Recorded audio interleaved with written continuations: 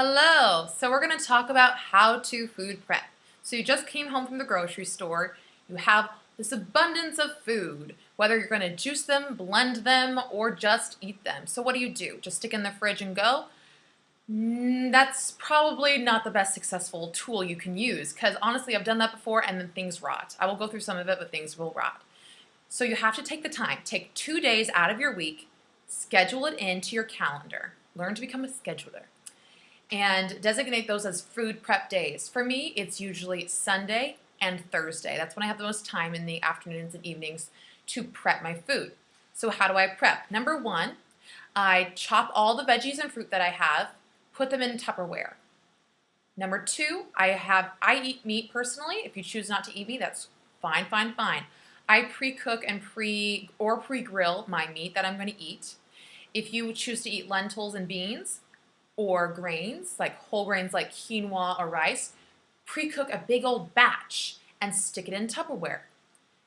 That brings me to a point. Make sure you have good storage units for your pre-cut and pre-made meals or pre-made vegetables and meat and legumes and grains. Click-on is the best one for me for suction to keep things really good and dry.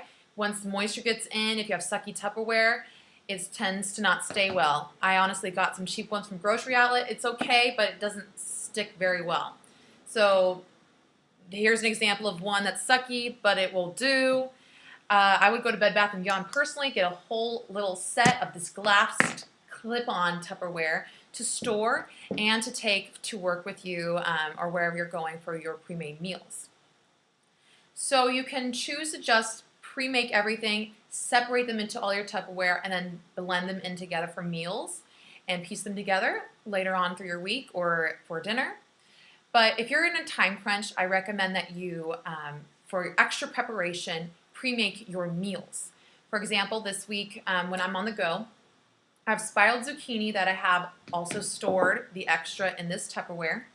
But I have placed a serving of spiraled zucchini, some cilantro and green onions, and pre-cut and pre-made cooked chicken all in this Tupperware. I spiced it up already.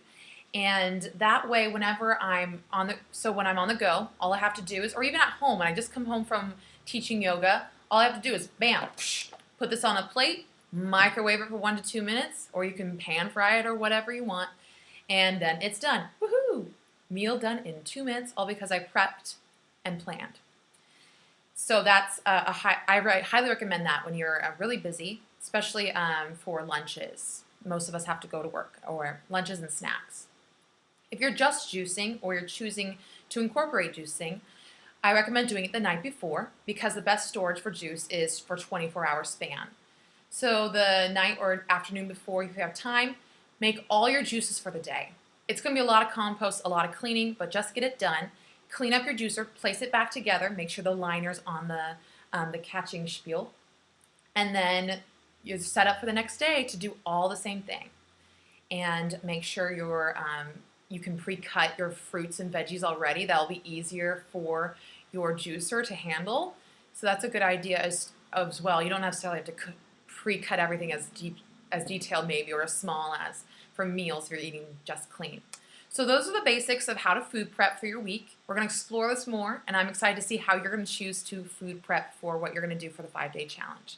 All right, talk to you guys later.